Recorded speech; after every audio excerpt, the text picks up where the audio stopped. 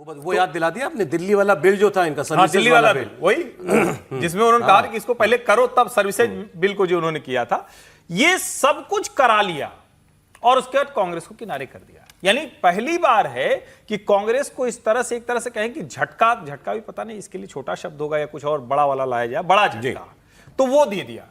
अब इसके बाद जरा सोचिए आप, जितनी होर्डिंग दिख रही है, ये भले किसी ने लगवा, भाजपा के लोग भी लगवा सकते हैं, कोई भी लगवा सकता है, आम आदमी पार्टी, डीएमके, कोई भी लगवा सकता है, लेकिन इस सब का मूल क्या है? मूल ये है कि एक समस्या है जिसका नाम है राहुल गांधी। सारी होर्डिंग को आप देखिए, ध्यान से देखिए, एक समस्या, मतलब जिसने भी लगवाई है उसने कहा है, उसका कहने का मतलब है कि ये इस समस्या की वजह से गठजोड़ नहीं चल पा रहा है।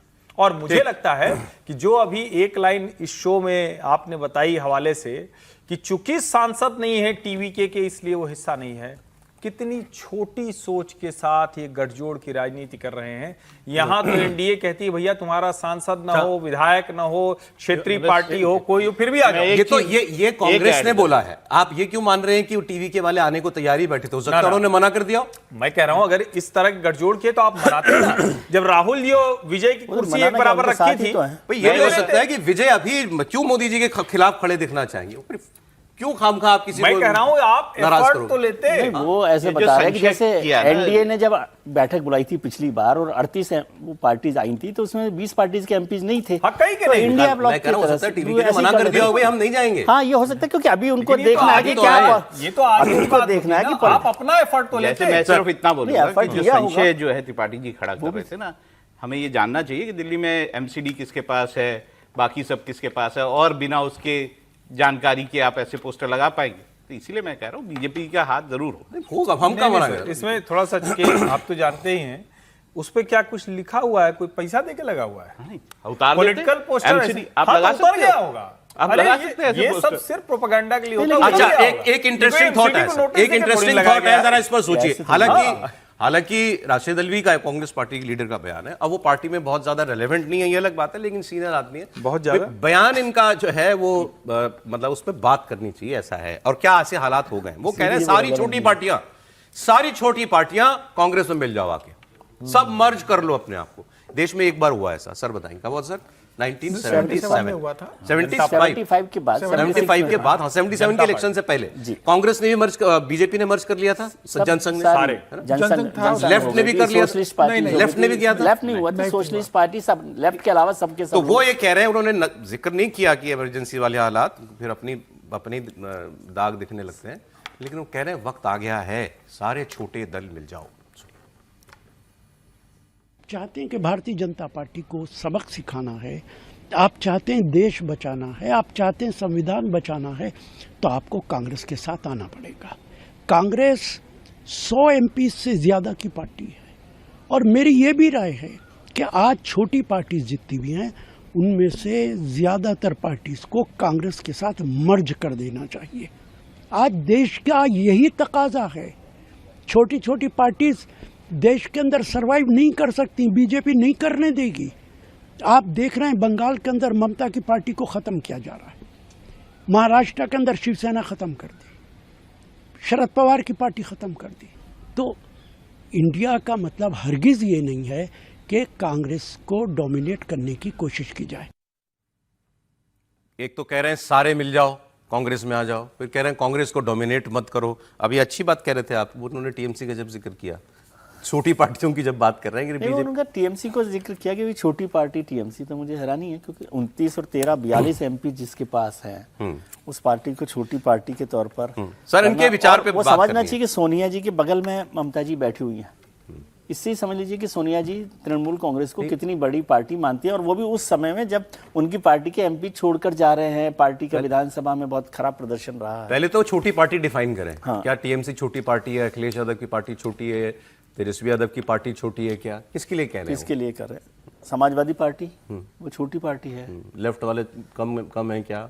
लेकिन कांग्रेस में विनम्रता, राशिद जी ने जो कहा कि जितनी ये छोटी पार्टियों का आपने नाम लिया, वो उनके साथ खड़े होने को तैयार है, बैठने को भी तैयार है। आपको लगता है वो मोमेंट कभी आ सकता है 77 जैसा? नहीं, सारे लोग अभी पिछले इलेक्शन में कोशिश ये की गई कि भाई एक कैंडिडेट दो बीजेपी के खिलाफ, हाँ, एक ही आदमी खड़ा हो, मैक्सिमम जगह पर। वो ये बड़ी हरकत- ये वो हो नेक्स्ट जाए- लेवल है कि सारे एक ही हो जाओ, कांग्रेस ही हो जाओ सब। ये अभी समझिए तो ये जो बंगाल हो रहा में है 3 कि लोग लड़े। नहीं, अभी ये जो हो रहा है कि आज सब लोग बैठे हैं, इसको ही आज का 77 समझ लीजिए, 76 समझ लीजिए, मतलब बैठ तो रहे साथ में, कितने एक साल बाद बैठे हैं। सर तो वो उस समय एक सब पार्टियां जब मिली थी, जनसंघ मिला था, सोशलिस्ट पार्टी मिली थी, स्वतंत्र देव मिला था, चरण सिंह की बीएलडी पार्टी मिली थी, इन चारों ने मिलकर जो जनता पार्टी बनाई थी। तो उस समय तो जयप्रकाश नारायण जैसा नैतिक व्यक्तित्व का आदमी था कि जयप्रकाश ने कहा कि सारी पार्टी मिली है, जयप्रकाश के आह्वान में सारी पार्टी मिल गई, चुनाव जीते, प्रधानमंत्री बनाने की बारी आई तो जयप्रकाश को अधिकार दिया गया। जयप्रकाश खुद कोई राजनीति करते नहीं थे, इसलिए उनका इतना नैतिक कद था कि वो जो चाहते थे उनकी बात मानी जाती थी। यहाँ जयप्रकाश नारायण को यह क्या जिसके कहने सब 75 राहुल जब सब गांधी लोग का मर्ज जयप्रकाश नारायण हुए है तो क्या? जयप्रकाश नारायण ने देश के लिए एक लड़ाई की बात की थी कि भाई लोकतंत्र खतरे में है। लोकतंत्र नहीं, सत्ता की लड़ाई साहब थी। बोले। अकेले ये भी लड़ तो नहीं सब सकते यही थे। कह रहे हैं, लोकतंत्र अकेले खतरे में। लोकतंत्र की बात नहीं थी सर, अकेले इंदिरा गांधी को तब भी नहीं हरा पाते समीर थे। जी, आप साफ-साफ जयप्रकाश ने बोलिए ना। कहा इसलिए आ ऐसे गए। क्यों स्पष्टता से बात कीजिए ना। आप जो कहना चाह रहे हैं, आप ये कह रहे हैं कि राहुल गांधी राजनीति छोड़ दें, लोकसभा से त्यागपत्र दे दें, एलओपी छोड़ दें और तब वो सब साथ आएंगे, ऐसे कह रहे हैं आप? उसके बाद भी नहीं आएंगे। राहुल गांधी का वो कद नहीं है और ममता बनर्जी क्यों मर्ज करेगी भाई? आज ठीक है उसकी पार्टी टूटी, ममता बनर्जी को लगता है कि वोट मेरे कारण मिला है, 2 साल बाद लोकसभा का चुनाव में मैं पार्टी को फिर से खड़ा कर लूंगी। क्या शरद पवार ने अपनी पार्टी मर्ज की इतना खत्म होने के बाद भी?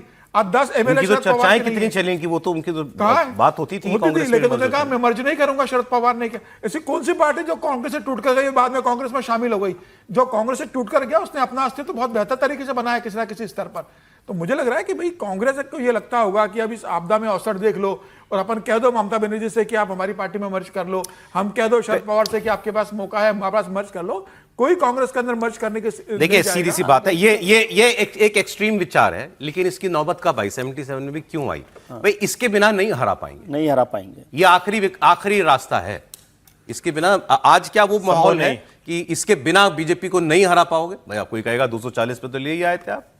उसके बाद भी तो एक मिलकर चुनाव लड़े ना, इंडिया गठबंधन बना के एक कैंडिडेट उतारा आपने, काफी गठबंधन Most of the places उन्होंने ऐसा किया। 315 सीटों पे आपने किया। क्या स्थिति रही? जब ये नहीं, सब बहुत चर्चा आप है ना ऐसे नहीं, उसको खारिज नहीं करते, बहुत अच्छी परफॉर्मेंस में मानता हूं उनकी। मतलब सरकार नहीं बनाई उन्होंने और वो ईमानदारी से लड़ाई लड़ते तो वो कुछ बेहतर प्रदर्शन कर सकते थे। 230 जो है एमपी कम नहीं होते कि यदि एक इस तरह के मिलजुल कर जो भी आप ये कुनबा विचार बना नहीं, रहे हैं। लेकिन ठीक है ना, ये आप लोग जो ये विचार तो बिल्कुल मैं वैसे कह रहा हूँ, ये विचार बिल्कुल ठीक है कि ये विचार ये है कि भाई आप बीजेपी से वैसे लड़ ही नहीं पाएंगे। अगर सिंगल 1-to-1 फाइट नहीं हुई बीजेपी से तो कोई पॉसिबिलिटी नहीं है कि बीजेपी जो है। सर आप लोग 29 की बात कर रहे हैं या अभी राज्यों की बात भी करेंगे? इसकी ही बात कर रहा हूँ। तो सर यही संकट है, बस इसीलिए यहां मैं लाना चाह रहा हूं। अखिलेश जी बैठे मन में क्या सोच रहे होंगे? 111 और 37 तो हम लेके आ गए, हमें क्या चाहिए? और वो चाहेंगे कि अपनी सत्ता या वो चाहेंगे कि कांग्रेस में मर्ज हो जाए?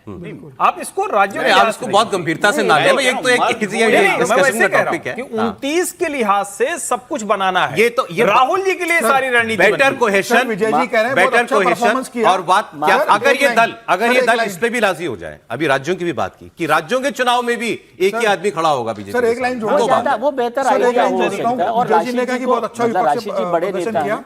पूरा विपक्ष मिलकर जितनी सीटें दिलाए उससे ज्यादा तो अखिल भारतीय जनता पार्टी की सीटें